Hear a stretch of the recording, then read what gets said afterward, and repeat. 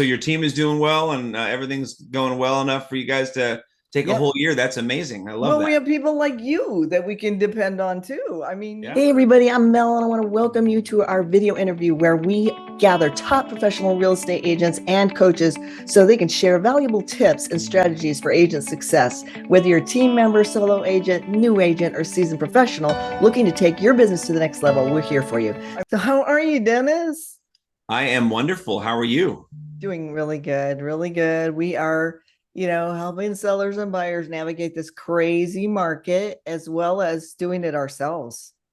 I understand that. Yeah, you guys are doing a lot of stuff. You guys have big plans on the boat and everything. I'm sure We you guys are looking do. forward to that. It's crazy. I mean, it's like when you get these goals and then right, everybody should have a goal. But when you actually get to that goal, it's kind of scary and it's kind of like exciting at the same time, right? Yeah, I bet. So you go That through all looks like those so much feelings. fun. I'm sure you guys are going to have a blast. It's a whole year, huh? It's a whole year. Whew. So quite an adventure. And we know some of the people that have done it. Some of the people are still planning to do it. And for people that don't know, I guess I'll really quick say it's the America's Great Loop. It's a circumnavigation of the Atlantic side of the all the states. Like think about when before they had trains, planes, and they would get use those waterways to get merchandise to cities, right? All the way up to New York through the Hudson River, the Erie Canal, up the Great Lakes, and then down through Chicago. And then you're going through, you're taking the Ohio River, the Tennessee River, everything that goes, and then all of those connect, those waterways connect down to the Gulf of Mexico. And then you can go right across over to Florida again and start your way or go on with whatever next adventure you have. So that's That sounds it. awesome. It's pretty amazing, and I think there's over 100 locks, right? Because people go, how can you do that? How well they just completed those locks that kind of like work like elevators to get you to the next waterway. Yeah, So like down in the Panama Canal, how they elevate you to the next one or lower you to the other one. Yeah. exactly, and there's over 100 of them to create Wow. this, continuous journey on this loop. So pretty exciting. And the really exciting thing is to be able to grow a team and to not have that fear to let the team take care of buyers and sellers that we refer them, right? That so many of us as agents, I think, are hyper like we want to take care of it all. We want to do it all. We know we can do it, and we take pride in taking care of home sellers and home buyers. So it's hard to let go of that control, right? Right. I mean, but so your team is doing well and everything's going well enough for you guys to take a whole Yep. year. That's amazing. I love Well, that. we have people like you that we can depend on too. I mean, Yeah. you're an amazing agent. And so your transformation, because you become really a leader in the team, in our collaboration group of CRG, you become a very much a strong leader because you took it upon yourself to find out how to use a powerful CRM, right? So do you think that that has really helped you the most? Because you are very busy. You're a very busy man. I mean, I think that's one of the things that has helped. It's hard to put my finger on what's helped the most because um, I think that just saying yes to every opportunity that came along was really what I think helped me the most. That being among them. Like, so people said, okay, you seem like you have a tech background. Why don't you be the one within our group that really learns about this CRM and this KV Core thing? And I said yes to that. And that kind of helped propel me into being kind of the go-to person for KV Core. But on top of that, I mean, when I was being exposed to different lead sources, for example, different ideas on how to generate leads, I just said, I'll try anything.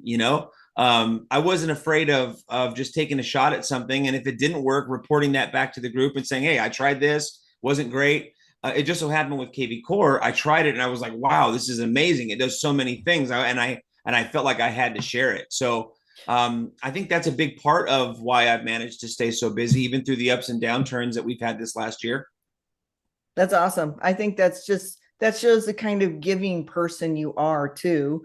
So you're not just giving to a group, you're very giving to your clients. And so I thank you for that. It shows your leadership, that's, and you don't have a scarcity mindset. And because of that, I think you do even more. I've just seen you increase in production, and you're still not satisfied with your production. Oh, I know that was what I was saying in our meeting the other day, was that, if everybody was, happy with their numbers so far this year, and it was not, I don't think my numbers themselves are necessarily what I'm not happy with. I just know that there was more things that I could have done that I didn't do. And if I had done all those things and I was still at the same number that I'm at today, I would be fine, right?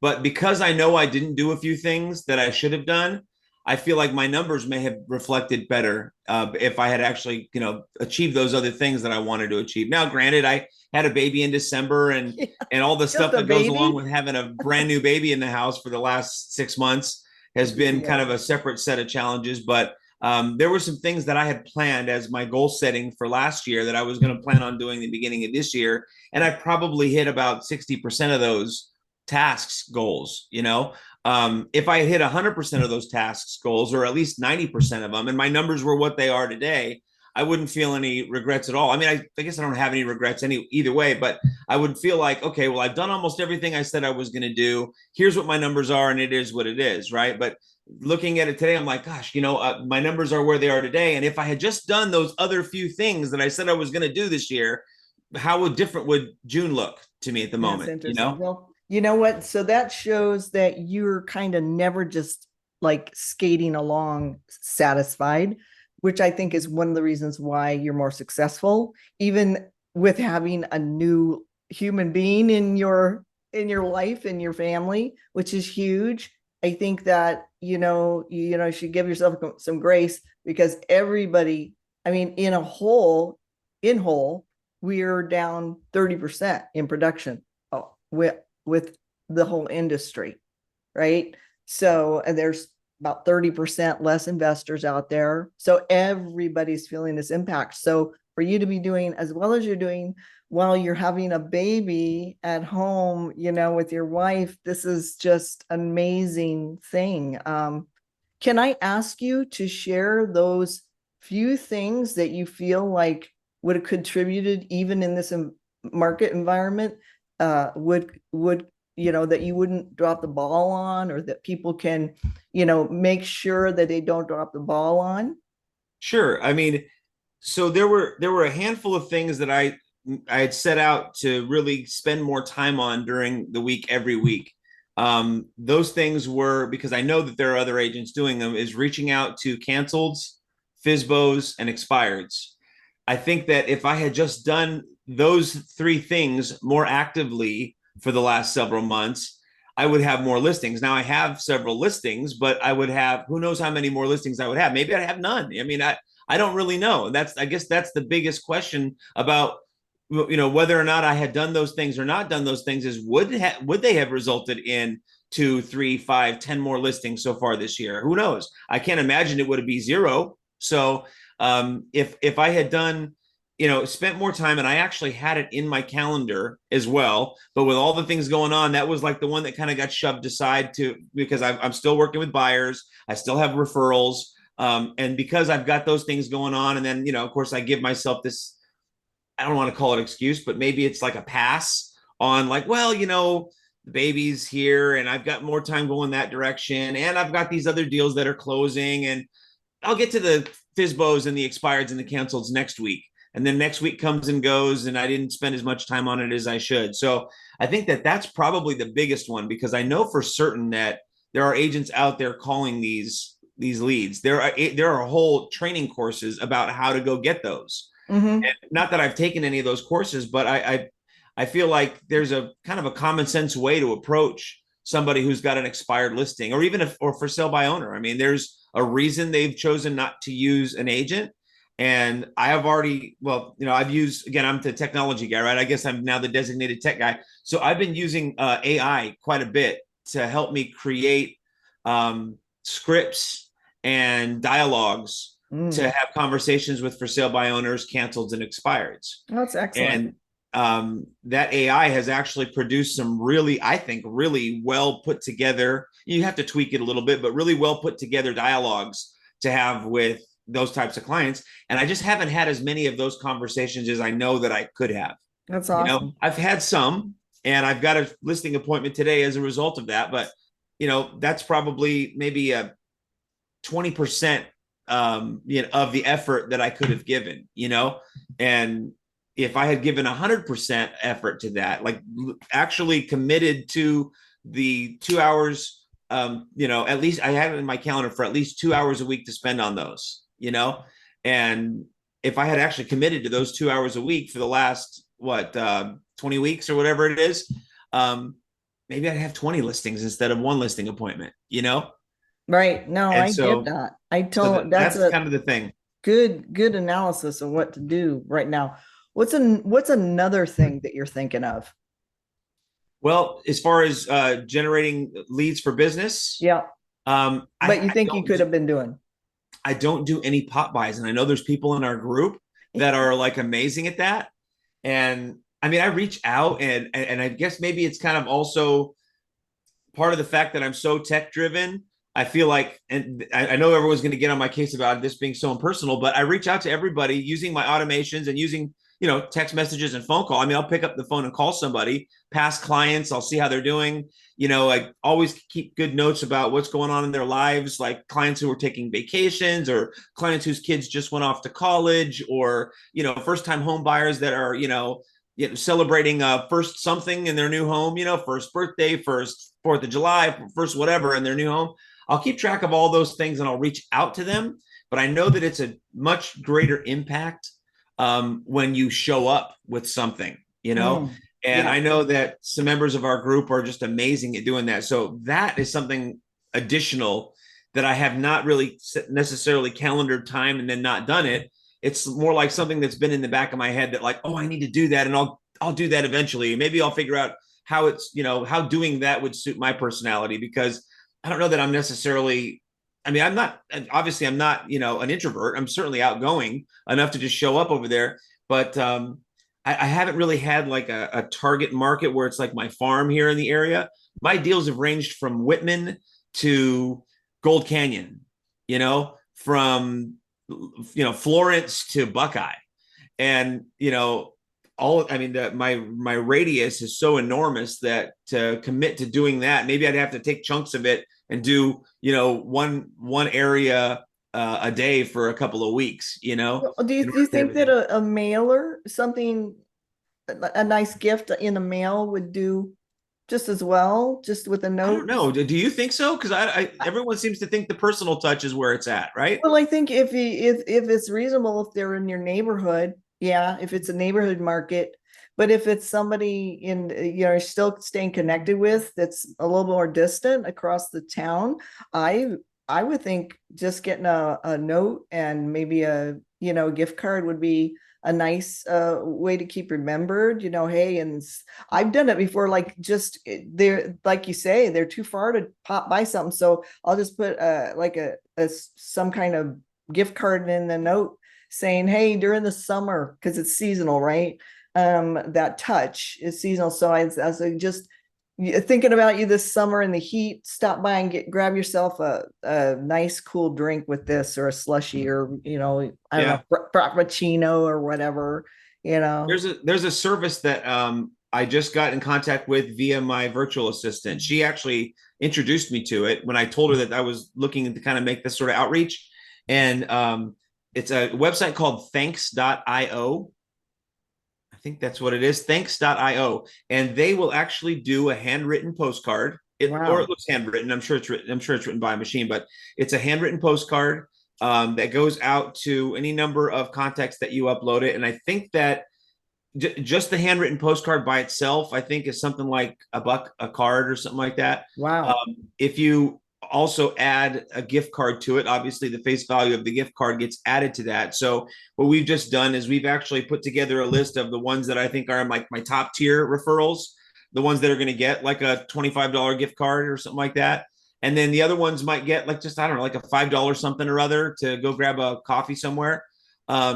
And so, yes, that is, I don't know that that necessarily replaces the in-person thing that everybody talks about doing, like the pop buys and showing up and saying, hey, it's, good to see you again. But that is definitely something that's up and coming. And I just sent over to my virtual assistant the whole list separated by who's going to be the top tiers, who's going to be the middles, and who's going to be the people that just get the card. Yeah. So that's this is the third thing really quick I'd love you to touch on, because I think staying in touch whatever way is, I think you calling yourself out too is super amazing, that hey, I need to maybe incorporate more personal touches, more maybe meetings with everybody, like Josh and Brad do the seasonal movie theater, or Yeah, that's awesome. in the park, get a icy truck or something, a slushy truck, and get together and say hi. So those are, I think, amazing things to do on the side too. But this third thing that I'm thinking of that you are utilizing now, I think will only grow your business, because we only have so much of ourselves to give when we're trying to make sure we're handling the heavy work, like negotiations, contracts, catching other agents on slips they may make, and make sure that we're covering our buyer and seller's rear end. So you utilize a VA now. I do. At what point did you decide you could do that, pay for a VA, and how did you incorporate that? Because I just see you getting even busier by utilizing that's to start doing that is so important when from for newer agents to remember as they get busier, And utilizing a TC and a VA. I still consider myself to be a newer agent. I mean, I've only been licensed since September of 2020. I can't believe that. So I mean, I haven't even hit my 3-year mark yet. And so I'm still learning, and I basically learned from what everybody else told me I would experience. And then when I experienced it, I said, yeah, it's exactly what you said. So for example, like getting a transaction coordinator. I know people are super reluctant to do that in the beginning, especially because, when you start getting paid commissions from sales and purchases, you're like, oh gosh, I'm finally, starting to make up for all the money I spent to get licensed and all the money I spent to, get ready to go into business. And wow, now I have to start paying somebody else. Like, I'm not ready for that. And so sometimes it's the pay, sometimes it's the lack of control. But I jumped in and got a TC about as quickly as I possibly could. I mean, I had a little bit of the didn't want to let go of the control because I had, wanted it done my way. And I realized that the TCs are great too. So I jumped in with the TC probably after about 6 or 8 months in the business. And then probably a couple of months after that is when I got the virtual assistant. And the reason I got the virtual assistant was because number one, you can find virtual assistants, and I recommend interviewing several, but that are skilled in specific certain areas. Like the one that I chose happened to be really skilled at graphic design and social media, and actually knows the CRM very well. Also, our CRM, KV Core, knows how to navigate in there pretty well. Wow. So I interviewed several, and it just so happens that this company that I found is overseas. The virtual assistant, speaks great English, but doesn't necessarily have to. But she does, so we can communicate, effectively. And she's only $7 an hour. Wow. And so I've only got her going for 10 hours a week. So what is that? 70 hours a week. So I'm looking at about a couple $100 a month for having somebody manage a big chunk of what it would otherwise take a lot of time out of my day. And I figure, hey, to pay $250, $280 to get all that time back is really priceless. That's priceless. How did you qualify, and did you know that they knew KV Core, or how did you qualify them? I asked them. Well, see, I think if I remember correctly, they contacted me saying, do you need virtual assistant services? I said, I don't know about that. If somebody could help, they said, well, what are the tasks that you'd like to kind of offload to somebody else? And I said, well, geez, creating graphics for my social media. I know we have like our marketing center at EXP, but it'd be nice to have some sort of like, more customized stuff that's not everybody at EXP's posting. And I made a little bit of graphics like that. I was doing my videos for closings with my clients, and she's great at video. So I said, I'd like somebody who knows video. And, honestly, I'm the go-to KV Core person in my group. But if I knew somebody that could kind of work with me on KV Core and I could give them KV Core tasks, that would be helpful. So they plugged me into a few people who knew KV Core. I interviewed them on Zoom, asked the questions that I felt were necessary in order for me to determine whether or not they actually knew what they were doing in there. And then I said, let's go. And I gave it a shot. I said, I'll try you out for a couple of months. And that has now been about a year, a little over a year that I've been working with her, and she's great. And you've probably had a higher production because of that. I would think so. It's hard to actually connect one to the other directly because, I mean, I've gotten deals from referrals and I've gotten deals from lead gen that I've done. It would be tough to trace and say, oh, well, that was a task that she did that resulted in these 10 leads that resulted in this one closing. But I think that it all kind of fits together because now my business is just more of a well-oiled machine because of her and Right. because of my transaction coordinator. Right. And if I were spending my time doing the things that I would otherwise be doing were it not for her help, I don't know that I would have had as many successful closings. So, Right. Right. I think altogether it just kind of fits into the puzzle as she's a big part of my business. Yeah. She isn't super expensive. It's worth every penny, I feel. Same as the transaction coordinator and same as, spending money on sending, cards and gift cards and stuff like that. It all just sort of makes your business grow. It's hard to say, okay, well, I spent $500 on this and that made me, $8,000, but I think that she's definitely helping for sure. Yeah. Yeah. Well, and like I was saying, 30% down in business for all agents right now. So when you take out that factor and as we recover, you're going to be all set up so that you'll be able to handle the volume as it increases, which I think is a really, really effective way to bring in those to outsource those things that take away from you being actually with your clients, which is the real money making portion of our business. So I think, it's just going to help you even more. I think a lot of people, they'll use that as an excuse not to do that. They'll say, I'm not that busy right now. And they'll wait until they get busy. But if they don't start somewhere when they get the least bit busier, then they're trying to do everything. And then they're not using their time effectively. And your time is money. I mean, that you cannot get that back. That's all you have really. And that's so I'm a mentor with EXP and I have 5 mentees or 6 mentees, I think right now. One of them just graduated. Good for her. And it's been one of the main things that I've told them to think about because I know, especially as a brand new agent, the last thing you want to do is take any extra money and send it out when you just got it in. But it's to be able to get your time back. And I saw that once they started getting busy with deals, I told my mentees, you need a transaction coordinator, just do it. Just take the leap and trust me, you're going to thank me for that advice later. And I haven't had a single person come back and tell me that they ever regretted offloading the paperwork to somebody else. Yeah. Because then that put them, give them more time to be in front of their clients. And that resulted in more deals. And so you're right, Mel, it all comes down to the amount of time that you can buy back for yourself in some form or another. Whether that's to use the technology to simplify things, whether it's a KV Core or any other CRM that you're using, whether it's using the AIs that are out there to give you more time back, whether it's hiring personnel to do it. If you just kind of do a little bit of each of those things, you're going to get a lot more of your own time back. Yeah. Yeah. So true. I think those are really key points for agents to remember right now if they're planning on staying in the industry and because it will ramp up a lot when we turn the corner.